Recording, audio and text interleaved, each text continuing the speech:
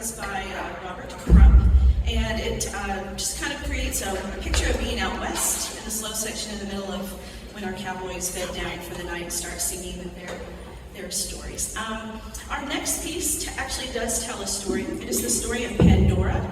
You're probably familiar with or heard about Pandora's box. And so this piece starts with a slightly slower beginning, and then Pandora finds the box. You're going to definitely hear that. I don't need to explain. And then as Pandora opens the box, all the evils are unleashed upon the world. So our next piece is Pandora by Randall Standridge.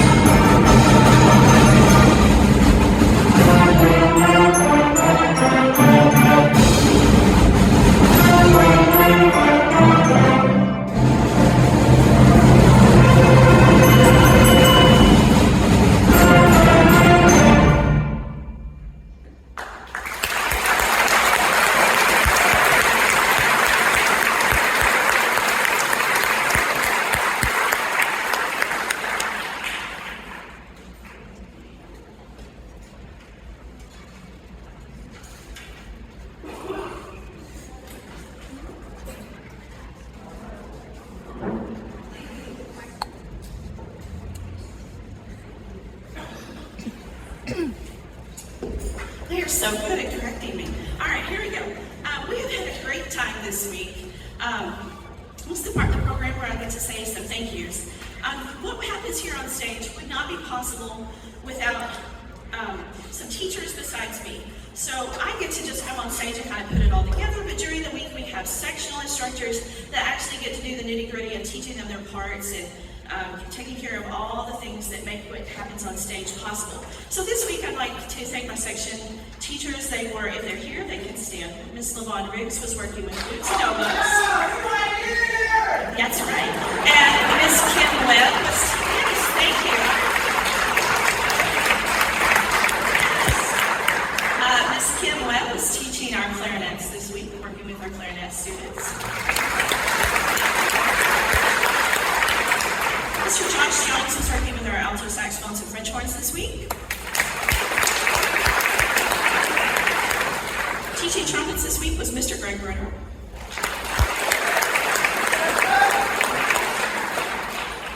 And all the low voices this week was Mr. Kyle Allman. And our percussion instructor this week was Mr. Trent Smith.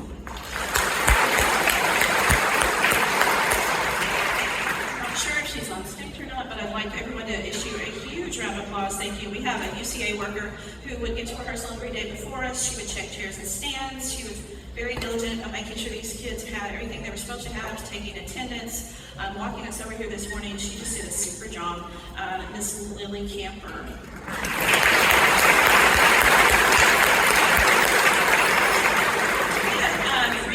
Helping us this week. They're not here because they're checking your children out of the dorms, but I do want to say thank you to Evan Bruner, Brody Sexton, and Faith Carter.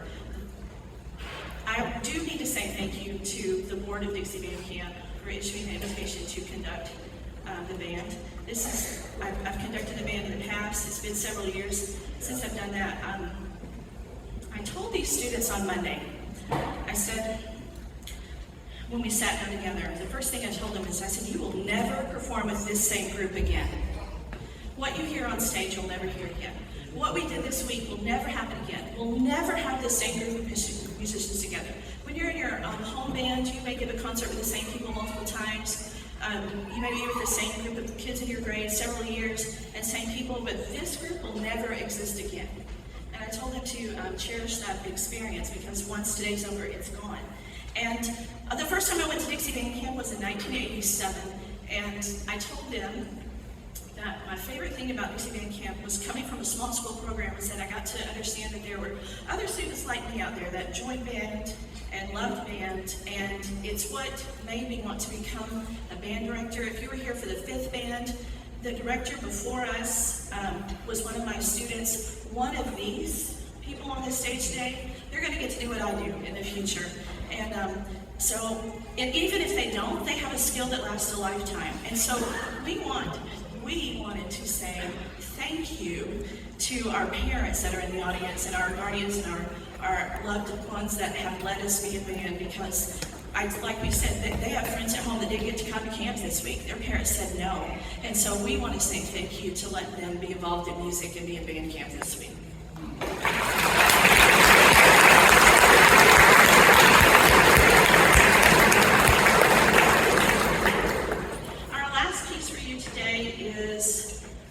Also by Randall Stanbridge, but it is absolutely not like the evil poured onto the world.